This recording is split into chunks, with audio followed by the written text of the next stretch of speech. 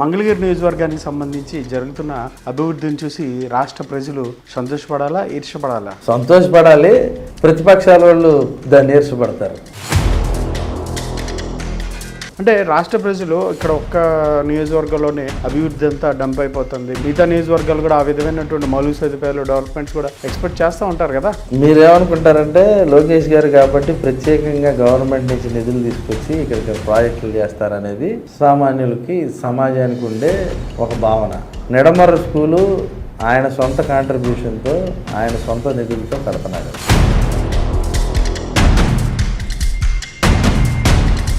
నిడమరుకు సంబంధించి ఆ స్కూల్ అక్కడ నిర్మాణం జరుగుతున్న ప్రాంతం తెలుగుదేశం పార్టీకి అంతా అక్కడ ఓట్ బ్యాంక్ లేనట్టుంది.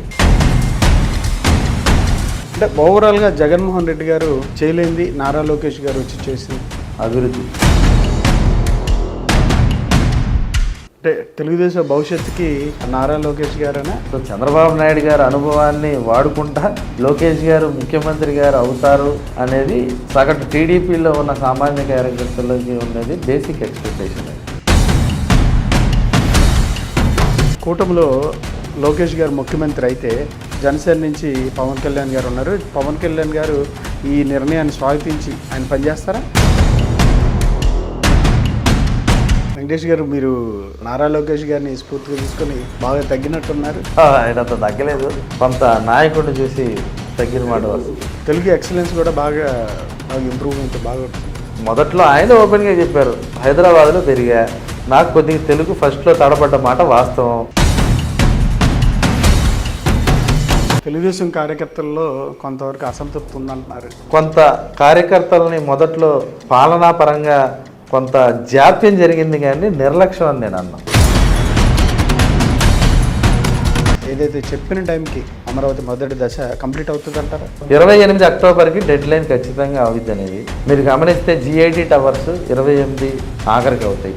లేఅవుట్ రోడ్స్ ఒకటి రైతులకు ఇచ్చే కేటాయింపు ఇచ్చే రోడ్డు అది 28 డిసెంబర్ కల్లా అయిపోతాయి. తర్వాత వచ్చేసరికి ఫస్ట్ ఫేజ్ చాలామంది ఉండే మిస్కన్సెప్షన్ నేను క్లియర్ చేద్దాం అనుకుంటాను. సెకండ్ ఫేజ్ 33,000 ఎకరాలు తీసుకున్నారు. ఇంత భూమి మళ్ళీ సెకండ్ ఫేజ్ ఎందుకు అనేది సామాన్యంగా చాలామందికి ఉండే క్వశ్చన్. ఇంటర్నేషనల్ ఎయిర్పోర్ట్కి సంబంధించి అమరావతిలో కూడా ఒకటి నిర్మాణం చేస్తారు. ఇక్కడ గన్నవరంలో కూడా పూర్తి స్థాయి రష్ కూడా ఏమీ లేదు. మళ్ళీ ఇప్పుడు అమరావతిలో ఇంటర్నేషనల్ ఎయిర్పోర్ట్ అని చెప్పడం ఇవన్నీ ప్రజలు గమనిస్తూ ఉంటారు కదా. అమరావతికి పక్కనే ఎయిర్పోర్ట్ ఉంటే దానికి ఉండే ఒక స్ట్రాటజిక్ అడ్వాంటేజెస్ వల్ల అమరావతిలో ఎయిర్పోర్ట్ కట్టాలనేది ఒక ప్రతిపాదన వచ్చింది. ఏదైతే ఈ చట్టబద్ధత బిల్లు అంశంతో అమరావతి రాజధాని చట్టబద్ధత కల్పించడంతో ఇన్వెస్టర్స్లో, ప్రజల్లో రాజధాని మార్పు లేకుండా ఒక భరోసా కల్పించినట్టున్నారు. ఖచ్చితంగా కలిగింది. ఫస్ట్ ఒక ఫేజ్ ఇలా వెళ్ళింది, మళ్ళీ ఇక్కడికి వచ్చింది. ఇప్పుడు మళ్ళీ పైకి వెళ్ళే ఫేజ్ అయితే జరుగుతుంది. నైట్ పూట మీరు ఎప్పుడైనా అమరావతికి రండి, కార్ వేసుకొని సీడ్ యాక్సిస్ రోడ్లోకి వెళ్ళండి. అక్కడ జరుగుతున్న ఇన్ఫ్రాస్ట్రక్చర్ పనులకి నిజంగా సగటు ఎవడైనా ఫిదా అవ్వడం మాట వాస్తవం.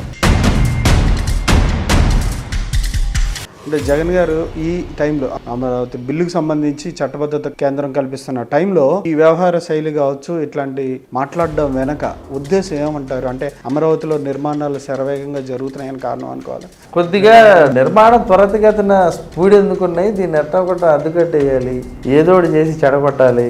లేకపోతే ఎవడైనా ఇన్వెస్ట్మెంట్ పెట్టుకునేడానికి మెయిల్ పంపించడం ఏంటంటే బుద్ధి ఉందా అసలు? మెయిల్ పెట్టి మీరు వస్తే మేము వచ్చి తాట తెస్తా ఉంటారా?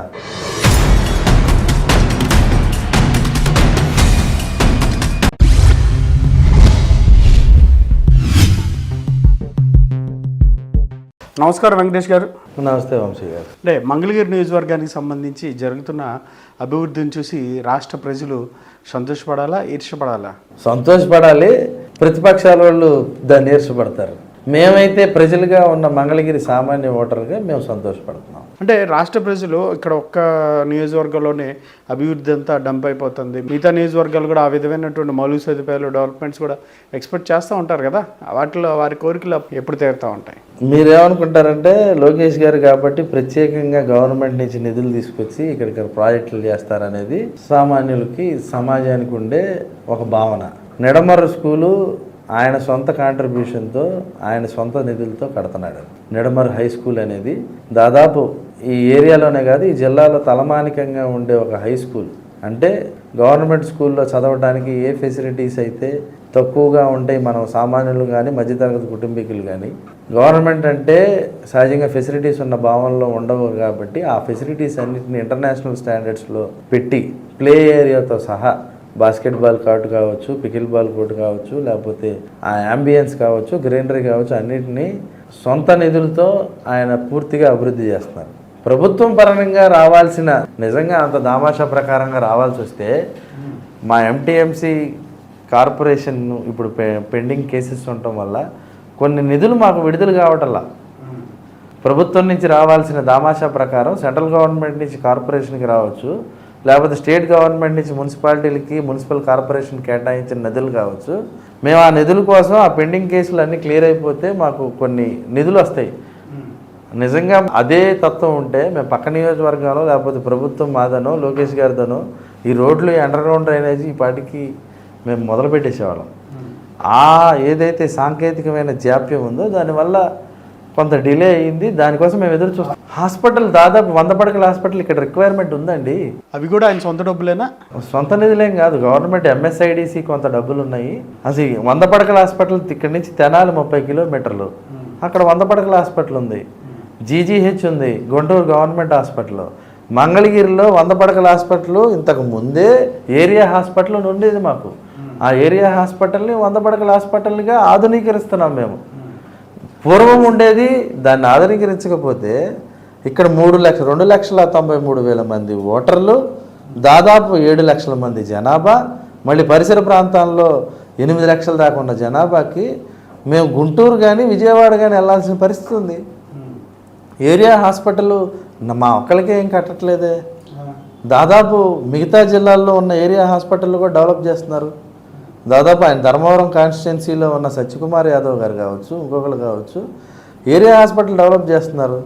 అందులో భాగంగా లోకేష్ గారు రావటం వల్ల ఏంటంటే మాకు పనులు త్వరితగతిన స్పీడప్ అయ్యాయి. అంతేగాని వేరే రకంగా ఎక్కడో పక్క నియోజకవర్గాల్లో తీసేసుకొని మా దగ్గర పెట్టిన వైనా. అంటే మంగళగిరి నియోజకవర్గానికి కార్పొరేట్ స్కూలు అట్లాగే క్యాన్సర్ ఆసుపత్రి అయినా ఆయన తీసుకొచ్చింది. ఇంకేమైనా ఉన్నాయా డెవలప్మెంట్స్? అండర్ గ్రౌండ్ డ్రైనేజ్ ఇది తలమాంగ. రెండోది మహానాడులో గత కొద్ది దశాబ్దాలుగా స్టీల్ బ్రిడ్జ్ అనేది ఒకటి కడుతున్నారు. ఏదైతే కరకట్ట రోడ్డు ఉందో కరకట్ట రోడ్డు నుంచి ఓల్డ్ మెడ్రాస్ రోడ్డుకి అనుసంధానం చేయవలసిన స్టీల్ బ్రిడ్జ్ ఒకటి.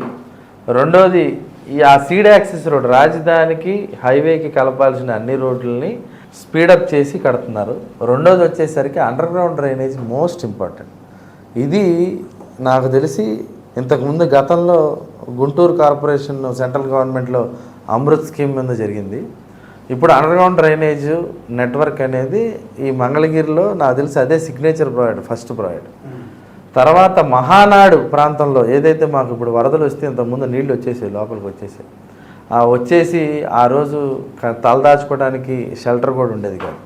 రిటైనింగ్ వాల్ విజయవాడలో రిటైనింగ్ వాల్ ఉంది, కానీ మంగళగిరి నియోజకవర్గం మా సైడ్ జిల్లా మార్పు అనటం వల్ల ఇంతవరకు దాన్ని చేపట్టిన వాళ్ళు లేరు. మహానాడు రిటైనింగ్ వాల్ దాదాపు 1,700 కోట్లు 1,800 కోట్లు చిల్లర. సీతానగరం నుంచి దాదాపు అటువైపు విజయవాడ క్లబ్ ఆ కట్ట రోడ్డు వరకు అటువైపుని కంప్లీట్ చేశారు. అటువైపు విజయవాడ వైపుది గతంలో కంప్లీట్ అయింది, ఇటువైపు కంప్లీట్ చేస్తున్నారు మహానాడు రిటైనింగ్ వాల్. అండ్ ఇంకోటి గమనిస్తే ప్రభుత్వంతో పాటు సిఎస్ఆర్ అంటే ఎవరైతే కార్పొరేట్ సోషల్ రెస్పాన్సిబిలిటీ ఫండ్స్ కూడా మెయిన్ మన ఆయన సొంత నిధులతో కొంత, సిఎస్ఆర్ నిధులతో కొంత శ్మశానాలను ఆధునీకరిస్తారు బాగా. మంగళగిరిలో కానీ తాడేపల్లిలో కానీ దాదాపు 12-13 పైచీలకు ఈ మహాప్రస్థానాల్లో ఉన్నది చాలా ఆధునీకరిస్తున్నారు. అంటే వాళ్ళకి కావాల్సిన కర్మ కార్యక్రమాలకు కావాల్సిన గదులు కావచ్చు, లేకపోతే గ్రీనరీ కావచ్చు, కొద్దిగా కాంపౌండ్ వాల్ ఇంతకుముందు వేగ్గా వదిలేసిన శ్మశానానికి చుట్టూ కాంపౌండ్ వాల్ కట్టి బౌండరీస్ ఫిక్స్ చేసి వేరే భవిష్యత్తులో ఎక్కడ ఈ కబ్జాలకు కానీ అన్యాక్రాంతాలకి గురి కాకుండా ఉండటానికి అలాంటి కార్యక్రమాలు అన్ని దేవాలయాల్లో కానీ లేకపోతే చర్చిలకి ఆయన వ్యక్తిగతమైన నిధులతో శంకుస్థాపనలు ఎన్ని కార్యక్రమాలు జరుగుతాయి. అంటే ఆయన వ్యక్తిగతమైన వాటితో కొన్ని వ్యక్తిగతం, కొన్ని ప్రభుత్వం జరగాల్సిన కార్యక్రమాలు కొన్ని. నొలకపేటలో ముస్లిం కమ్యూనిటీ హాల్ కానీ బీసీ కమ్యూనిటీ నెడుమరుకు సంబంధించి ఆ స్కూల్ అక్కడ నిర్మాణం జరుగుతున్న ప్రాంతం తెలుగుదేశం పార్టీకి అంతా అక్కడ ఓట్ బ్యాంక్ లేనట్టుంది. ఓట్ బ్యాంక్తో సంబంధం లేదు, మేము అదే అనుకుంటున్నాం. లేదు కదా, ఓట్ బ్యాంకు కొంత ఒక గతంలో ఉండేది కాదు, మొన్న ఎలక్షన్లో బాగానే ఉంది. రాజధాని ప్రాంతంలో భాగం అవటం నిడమరులో అయినా దానివల్ల ఏంటంటే సామాజిక వర్గంతో సంబంధం లేకుండా లోకేష్ గారికి అట్రాక్ట్ అవ్వదు. అది మంచి జరిగితే కుల మతాలకి అతీతంగా అందరూ లైన్ అవ్వడానికి నిడమరులో నిలువెత్తు నిదర్శనం. స్కూళ్ళు కానీ గతంలో వచ్చిన మెజారిటీ కానీ 24లో మాకు వచ్చిన మెజారిటీ కానీ మంచి చేస్తుంటే అది కులాలకి మతాలకి సంబంధం లేకుండా నాయకుడితో ప్రయాణిస్తారనడానికి నిడమరు ఒక ఉదాహరణ. అంటే మీకు మంత్రి గారు మీ నియోజకవర్గానికి సంబంధించి ఎమ్మెల్యే ఎంతవరకు మీకు ఆయన ఇప్పుడు అందుబాటులో ఉంటున్నారు? నారా లోకేష్ గారు ఉంటున్నారు, అన్ని కార్యక్రమాలకు వస్తున్నారు. ప్రతి కార్యక్రమాల్లో కార్యకర్తలు అందరిని పరామర్శిస్తున్నారు. అంటే పెళ్లి కార్యక్రమాలు, పెళ్ళిళ్ళకి కానీ లేకపోతే ఈ గుడి శంకుస్థాపన కావచ్చు, గుడికి సంబంధించిన ప్రతి కార్యక్రమానికి అందరికీ అందుబాటులో ఉంటారు. అందుబాటులో లేకపోయినా మెసేజ్ చేస్తే రిప్లై అయ్యే తత్వం ఉంది లోకేష్ గారికి. మనం ఏ రోజైనా మెసేజ్ చేస్తే రిప్లై ఇస్తారు. అండ్ నిన్న కూడా మన సుమన్ టీవీలో రోషన్ ఒక ఇంటర్వ్యూలో చెప్పాడు, ఆయన చాలా బిజీగా ఉంటాడు ఈ అమరావతి పనుల్లో కానీ, లేకపోతే ఐటీ విద్యాశాఖ మంత్రి కానీ, లేకపోతే ఇప్పుడు నేషనల్ వర్కింగ్ ప్రెసిడెంట్ అయిన సందర్భంలో మనం మెసేజ్ పెడితే చదువుతాడా అని అనుకున్నాను నేను సుమన్ టీవీ రోషన్ అని. అంటే ఆయనకి 6 నిమిషాల్లో రిప్లై వచ్చింది. ఏదైతే మన మంగ్లీ గారి సంబంధించిన విషయంలో ఏదో ఈ బాధితులు కర్నూలు జిల్లా వాళ్ళు కాకపోవచ్చు, మంచైనా చెడైనా పాజిటివ్ ఆర్ నెగిటివ్ ముందు స్పందిస్తారు ఆయన. నేను కూడా ఒక సమస్య ఏదన్నా పెడితే వెంటనే దానికి సంబంధించిన అధికారులు వెంటనే కింద ఉన్న ఆఫీస్ స్టాఫ్ కానీ వీళ్ళు ఫోన్ చేసి వెంటనే దాన్ని రిపేర్ అవుతారు. సామాజిక పరంగా నిన్న ఒక యాక్సిడెంట్ జరిగింది ఉండవల్లో, వాస్తవానికి చెప్తున్నాను. 2 బస్సులు పాపం ప్రమాదవశాత్తు గుద్దుకున్నాయి. వెంటనే వ్యవస్థలు అంత స్పీడ్గా పనిచేశాయంటే 6 అంబులెన్స్లు వరుసగా టపటపటా వెళ్ళిపోయి, అంటే ఇంతకుముందు నాయకులు ఫోన్ చేస్తే వెళ్లాల్సిన పరిస్థితి వచ్చేది, ఇప్పుడు ఆ పరిస్థితి లేదు. వ్యవస్థలు మాత్రం మిగతా వాటిలో మాత్రం బాగా స్పీడ్ పేస్లో పనిచేస్తున్నాయి. అన్ని నియోజకవర్గాల్లో జరుగుతుంది. నేనున్న ఈ నియోజకవర్గం కాబట్టి నాకు ఇది తెలుస్తుంది. గుంటూరు ప్రాంతానిదే కదా, గుంటూరు ప్రాంతానికి సంబంధించింది కదా, జిల్లాకి సంబంధించి. గుంటూరు ప్రాంతంలో కూడా పెమ్మసాని చంద్రశేఖర్ గారు ఎంపీ గారు ఉన్నారు, అక్కడ ఉన్న శాసనసభ్యులు ఉన్నారు, గల్లా మాధవ్ గారు ఉన్నారు. టౌన్లో అయితే రూరల్లో కూడా మిగతా గ్రామాల్లో ఉన్న శాసనసభ్యులు ఉన్నారు. చెప్పచ్చు కదా. ఇప్పుడు మీరు గుంటూరు టౌన్లోనే చూసుకోండి, శంకర విలాస్ బ్రిడ్జు గత దశాబ్దాలుగా పెండింగ్లో ఉంది, అది చేశారు. కంకరకుంట ఫ్లైఓవర్ ఒకటి చేస్తున్నారు. గతంలో పెండింగ్లో ఉన్న చాలా తార్ రోడ్లు, ఇంటర్నల్ రోడ్స్ ఏవైతే ఉన్నాయో అవి కూడా చేస్తున్నారు. అండ్ మీరు గమనిస్తే గవర్నమెంట్ హాస్పిటల్ మీరు అన్నారు చూసారా, ఆ గవర్నమెంట్ హాస్పిటల్లో తులసి రామచంద్రబాబు గారు లాంటి దాతల సహకారంతో, లోకల్గా కొంతమంది సహకారంతో కొత్త క్యాన్సర్ బ్లాక్ కానీ, కొత్త mother and child health care centres కానీ చాలా డెవలప్ అవుతున్నాయి. పనులు జరుగుతున్నాయని తెలుసు, అంటే అంత ఫాస్ట్గా జరుగుతున్నాయనా? ప్రచారంలో కొంత పని చేస్తున్నాం కాబట్టి ప్రచారంలో కొంత వెనకబడిపోతున్నాం. మీకు సోషల్ మీడియా ఉంది, అట్లాగే కమిటీస్ కూడా ఫామ్ చేసి పెద్ద ఎత్తున మీరు చేసే యాక్టివిటీస్ అన్ని ప్రచారం చేసుకుంటున్నారు కదా. వెయ్యింది, ఇంకా కొద్దిగా అగ్రెసివ్గా చేయాల్సిన అవసరం అయితే ఉంది. ఇప్పటికైతే అందరు పని మోడ్లో ఉన్నారు, బాగా ఎగ్జిక్యూషన్ మోడ్లో ఉన్నారు.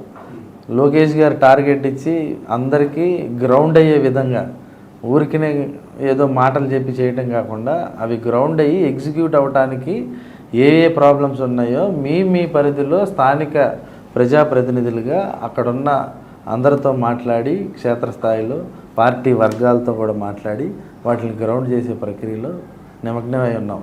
ఏ ప్రభుత్వం అయినా సరే అధికారంలో ఉన్నప్పుడు మంత్రికి సంబంధించిన నియోజకవర్గాల్లో ఒక మాదిరిగా డెవలప్మెంట్ యాక్టివిటీస్ జరుగుతూ ఉంటాయి, మిగతా ప్రాంతాల్లో అంత జరగట్లేదు. ఇట్లాంటి విషయాల్ని కూటమి ఏమైనా రెక్టిఫై చేసుకునే అవకాశాలు ఏమైనా ఉందా? అన్ని నియోజకవర్గాల సమాన అభివృద్ధి కార్యక్రమాలు జరిగే విధంగా? నాకు తెలిసి విద్యాశాఖలో అలాంటి పొరపక్షాలు అయితే లేవు.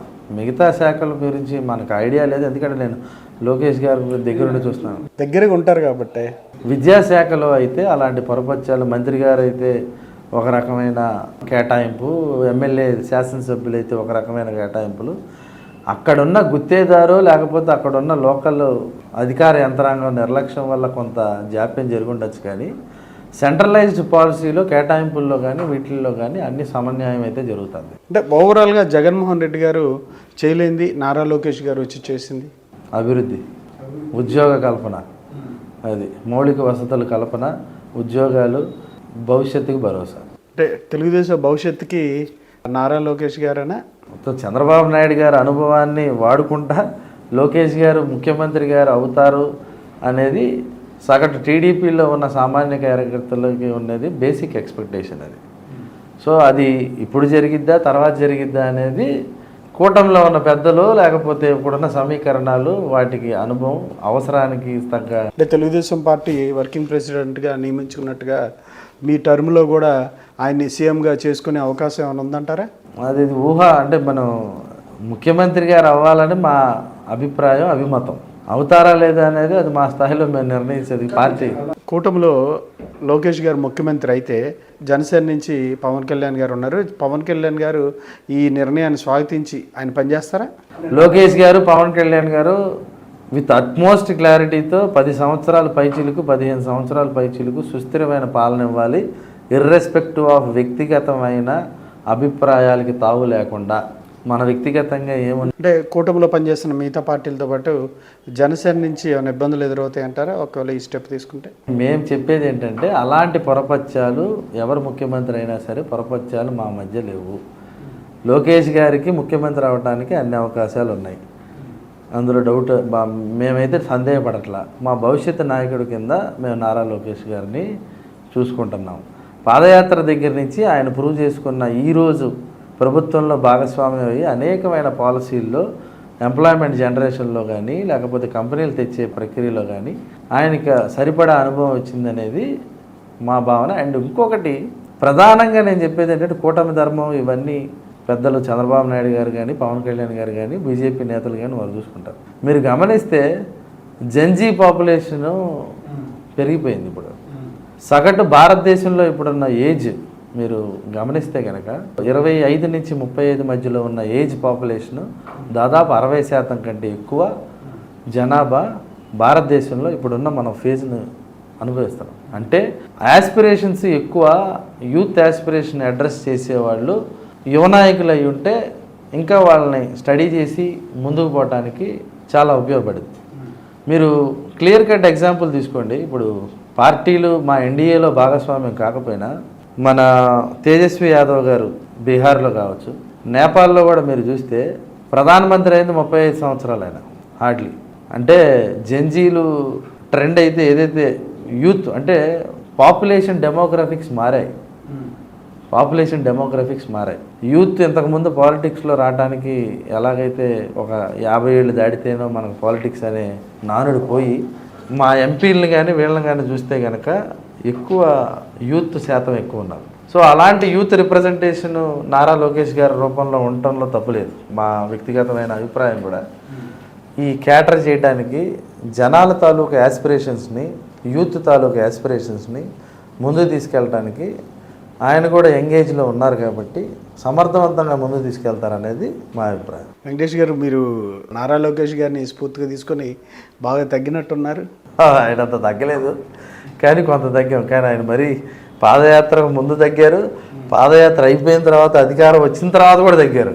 కాకపోతే ఆయన అంత తగ్గలేదు. ఆయనలో 20% 30% కొంత నాయకుడిని చూసి తగ్గిన మాట వస్తుంది. తెలుగు ఎక్సలెన్స్ కూడా బాగా ఇంప్రూవ్మెంట్ బాగా వచ్చిందట. ఉలి దెబ్బలు పడితే కానీ రాయి శిల్పం అదన్నట్టు అనేక ఆటుపోట్లు అనుభవించి పాదయాత్రలో కానీ ఓటమి తర్వాత కానీ ఒక రకంగా తెలుగుదేశం భవిష్యత్తుకి లోకేష్ గారు పరివర్తన చెందటమే పెద్ద ఎసెట్.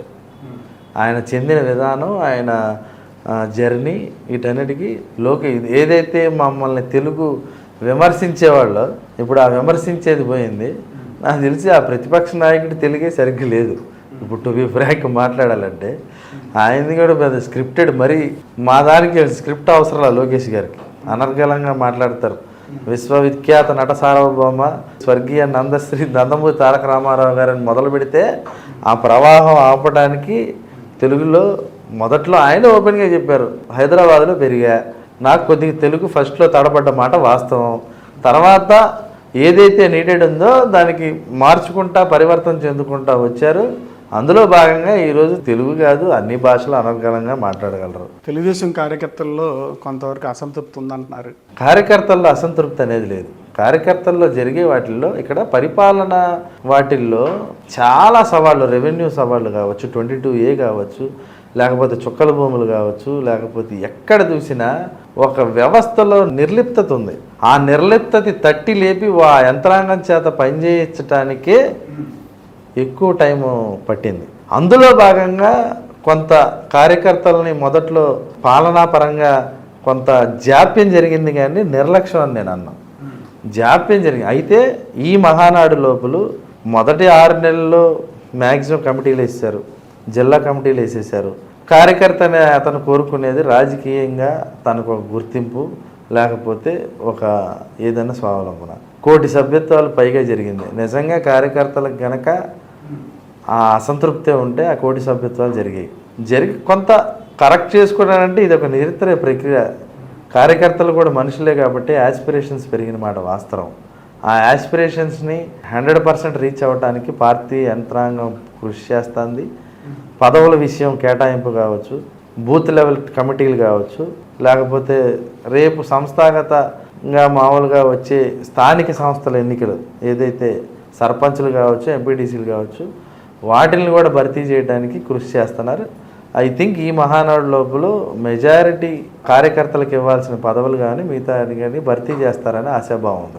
చుక్క భూములు కావచ్చు, లేదంటే పట్టాదారు పాస్ పుస్తకాల పంపిణీ అంశంతో మీరు తీసుకున్న నిర్ణయాలతో ప్రజల్లో మీ కూటమికి కొంతవరకు పాజిటివ్ వేవ్ పెరిగింది అంటున్నారు.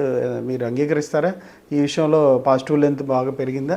ఖచ్చితంగా తీసుకొచ్చింది. రెవెన్యూ సదస్సులు అని చెప్పి మేము దాదాపు స్టేట్ వైడ్లో ఉన్న అన్ని గ్రామ పంచాయతీల్లో కానీ వార్డు పంచాయతీల్లో కానీ ఒక 7 డేస్ అదే డ్రైవ్ పెట్టాం. రెవెన్యూ డ్రైవ్ అని పెట్టేశాం.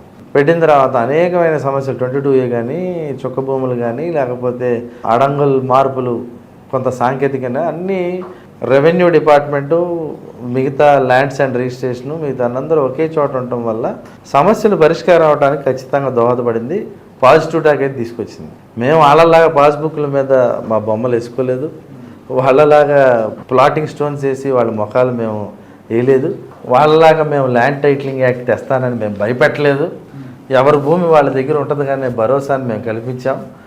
మీరు సమస్య ఎవడైనా కబ్జా చేశాడని అనుకుంటే వాటిని గ్రీవెన్స్లో తీసుకుంటాం, వాటి ఎటువంటి రికమెండేషన్ అవసరం లేదు. సో ఖచ్చితంగా రెవెన్యూ పరంగా మేము ఒక మెట్టెక్కామని మేము భావిస్తున్నాం. మావిగన్ వద్దయితే మీకు మావిగన్ మా అమరావతి అంతర్భాగంలోనే ఆయన మావిగన్ మాకేం వద్దు. మా అమరావతి అంతర్భాగం డెవలప్ అయితే అసలు చుట్టుపక్కల 2 జిల్లాలు ఖచ్చితంగా డెవలప్ అవుతాయి.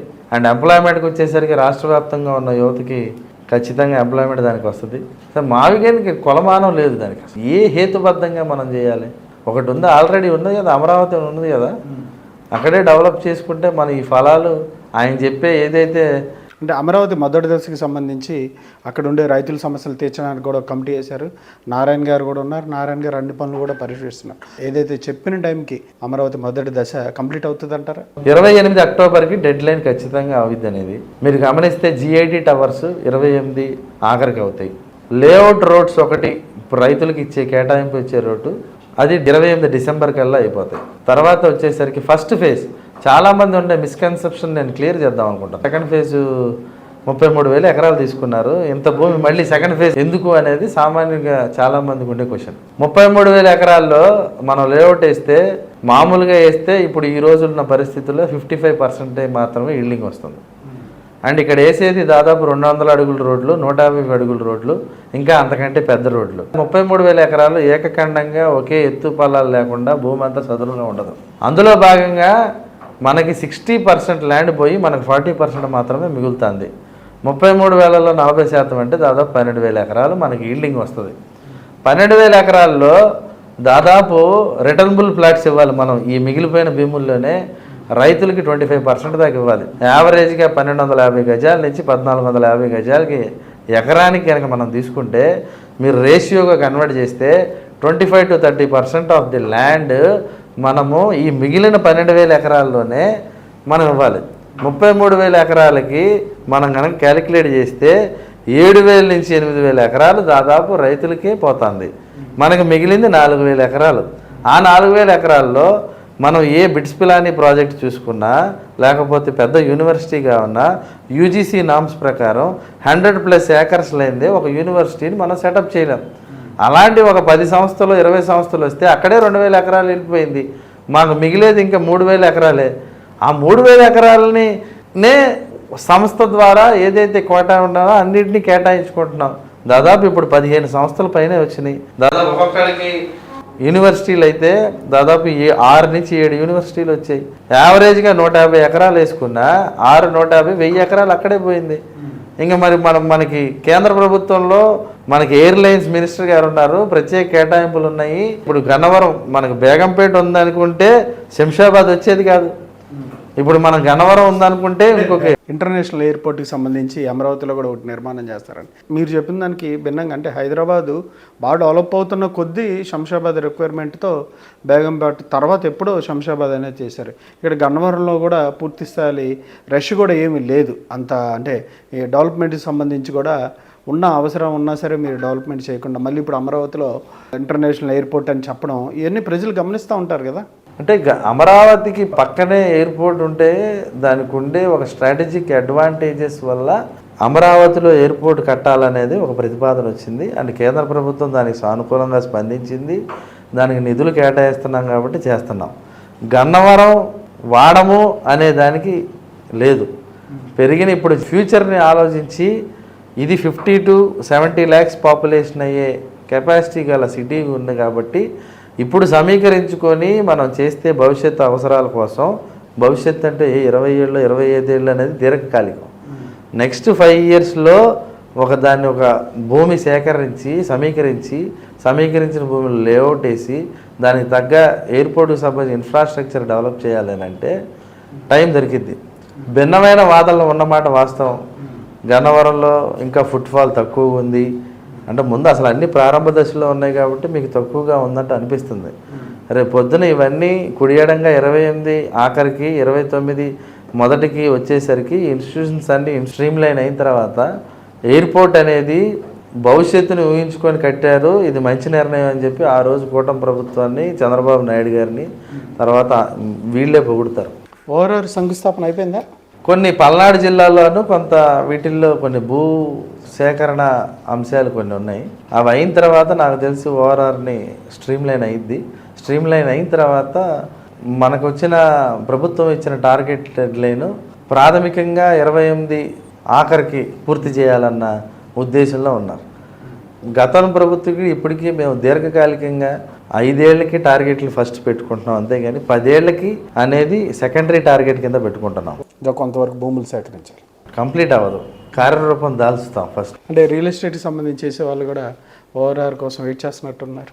అయితే దానికి వచ్చే మేజర్ అడ్వాంటేజ్ ఓఆర్ఆర్కి స్పెషల్గా సెంట్రల్ గవర్నమెంట్ నుంచి ఫండ్స్ వస్తున్నాయి కాబట్టి, సో ప్రభుత్వం స్టేట్ ఖజానా మీద పెద్దగా భారం ఏం పడదు కాబట్టి మన పార్ట్ భూ సేకరించి ఏదైతే ల్యాండ్ క్లియరెన్స్ ఉందో అది అందిస్తే సెంట్రల్ గవర్నమెంట్ చూసుకుంటుంది కాబట్టి ఆ ప్రక్రియని మేము పూర్తి చేసి వీలైనంత త్వరగా ఒక చిన్న అడుగుతుంది వాటికి హ్యాండ్ ఓవర్ చేస్తే సెంట్రల్ గవర్నమెంట్ ప్రొవైడ్ కాబట్టి ఖచ్చితంగా ముందు. ఎన్టీఆర్ జిల్లా, కృష్ణా జిల్లా అలాగే గుంటూరు జిల్లాల్లో రిజిస్ట్రేషన్స్ బాగా పెరిగిపోయాయని చెప్పి మన నివేదికలు కొంతవరకు చెప్తున్నట్టున్నాయి. మంగళగిరిలో పెరిగాయి సబ్ రిజిస్టార్ ఆఫీస్లో, తర్వాత గుంటూరులో 2-3 సబ్ రిజిస్టార్ ఆఫీస్లో రిజిస్ట్రేషన్స్ పెరిగాయి. అక్కడే కాదు, నాకు తెలిసి ఈ ఎకానమీ పెరిగితే పక్క 2-3 జిల్లాల్లో కూడా పెరుగుతాయి.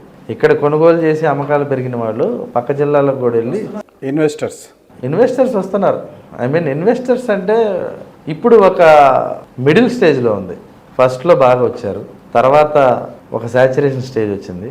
ఇప్పుడు మన అమరావతి చట్టబద్ధత దగ్గర నుంచి కదలికైతే వచ్చింది. యాజ్ ఎ రియల్టర్గా కూడా నేను చెప్తున్నాను, చట్టబద్ధత అయిన తర్వాత కాల్స్ మాత్రం, ఎంక్వైరీస్ ఇవి మాత్రం, అలాగే కొనుగోళ్ళు, పర్చేజు, రాజోల్లో ఉన్న డాక్టర్ గారులు కూడా ఎప్పుడైనా అమరావతి మనం భవిష్యత్తులో ఇక్కడ ఒక 800 గజాలు తీసుకోవాలి, ఒక 500 గజాలు తీసుకోవాలి అని చెప్పి ఒక నిర్ణయంతో ట్రాన్సాక్షన్స్ అయితే జరుగుతున్నాయి. పరిసర ప్రాంతాల్లో కూడా ఆ ట్రాన్సాక్షన్ జరుగుతున్నమాట మాట వాస్తవం. ఏదైతే ఈ చట్టబద్ధత బిల్లు అంశంతో అమరావతి రాజధాని చట్టబద్ధత కల్పించడంతో ఇన్వెస్టర్స్లో, ప్రజల్లో రాజధాని మార్పు లేకుండా ఒక భరోసా కల్పించినట్టున్నారు. ఖచ్చితంగా కలిగింది. ఫస్ట్ ఒక ఫేజ్ ఇలా వెళ్ళింది, మళ్ళీ ఇక్కడికి వచ్చింది, ఇప్పుడు మళ్ళీ పైకి వెళ్ళే ఫేజ్ అయితే జరుగుతుంది. ఎట్లాంటి అధైర్యం లేదు. నిజంగా మీరు గమనిస్తే వంశీ గారు, నైట్ పూట మీరు ఎప్పుడైనా అమరావతికి రండి, కార్ వేసుకొని సీడ్ యాక్సిస్ రోడ్లోకి వెళ్ళండి. అక్కడ జరుగుతున్న ఇన్ఫ్రాస్ట్రక్చర్ పనులకి నిజంగా సగటు ఎవడైనా ఫిదా అవ్వడం మాట వాస్తవం. అసలు ముందు అదొక పెద్ద మహానగర నిర్మాణం. నిజంగా మనం నేను ఏదో ఆ తెలుగుదేశంలో ఉన్నానని జరుగుతున్నాయి పనులు. మొన్న వెళ్ళినప్పుడు చూడలేదు. ప్రత్యక్షంగా 10,000 మంది, పరోక్షంగా 16,000 మంది దాకా అక్కడ సుమారుగా పనులలో నిమగ్నమై ముందుకు తీసుకెళ్తున్నారు. అసలు 3 షిఫ్ట్లో పని జరుగుతుందంటే మీరు నమ్ముతారా? 6 to 2 ఒకటి, 2 to 10 ఒకటి, నైట్ 10 to 6 ఒకటి. కొన్ని టవర్స్కి అయితే 3 షిఫ్ట్లో పని జరుగుతున్నాయి. కాంక్రీటింగ్ అయితే 3 షిఫ్ట్లు చేస్తేనే అవ్వట్లేదు వాళ్ళకి. జిఐడి టవర్స్లో దాదాపు లక్షల క్యూబిక్ మీటర్లు కాంక్రీట్ వేయాల్సి వచ్చింది. Thousands of cubic metres. అది 3 షిఫ్ట్స్లో వేస్తేనే పనిచేసింది. ఎల్ఎన్టీ కానీ, షాపంజీ పలాంజీ కానీ, లేకపోతే పెద్ద పెద్ద మెగా కానీ, లేకపోతే మిగతా ఎంఎన్సీలు అందరూ అసలు నిజంగా అదొక కేస్ స్టడీ. నాకు తెలిసి సివిల్ ఇంజనీరింగ్ స్టూడెంట్స్ ఎవరైనా ఉంటే కనుక ఈ తెలంగాణ ఉమ్మడి తెలుగు రాష్ట్రాల్లో ఖచ్చితంగా కేస్ స్టడీ.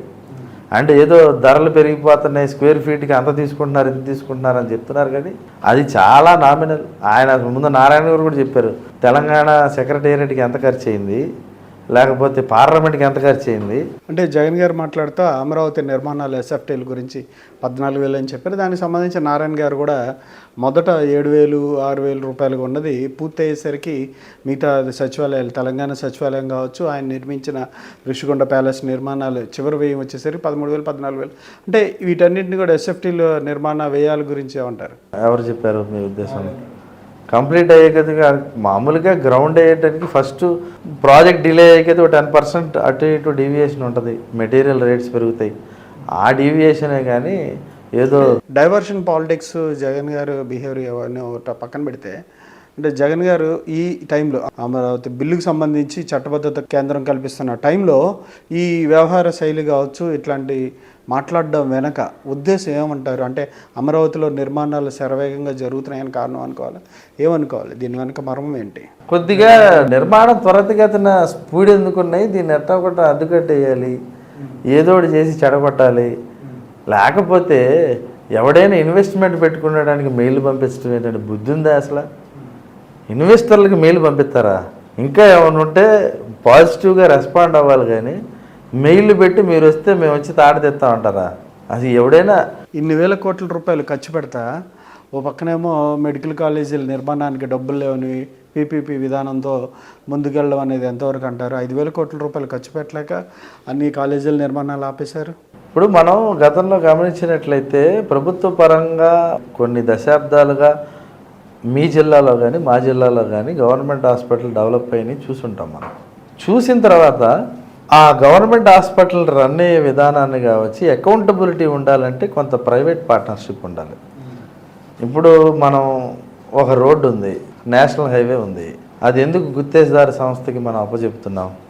ఒక బాధ్యతని, ఒక అకౌంటబిలిటీని ఒక సంస్థకి ఇస్తే రేపు పొద్దున ఈ పరిపాలన కేంద్రీకరించి వాళ్ళ మీద రెస్పాన్సిబుల్ చేస్తే ఒక ప్రొడక్టివ్ అవుట్కమ్ వస్తుంది అనే భావంతో ఈ పబ్లిక్ ప్రైవేట్ పార్ట్నర్షిప్ అనేది ముందు తీసుకొచ్చారు తప్పితే ఇందులో ఎటువంటి స్వార్థం అనేది లేదు.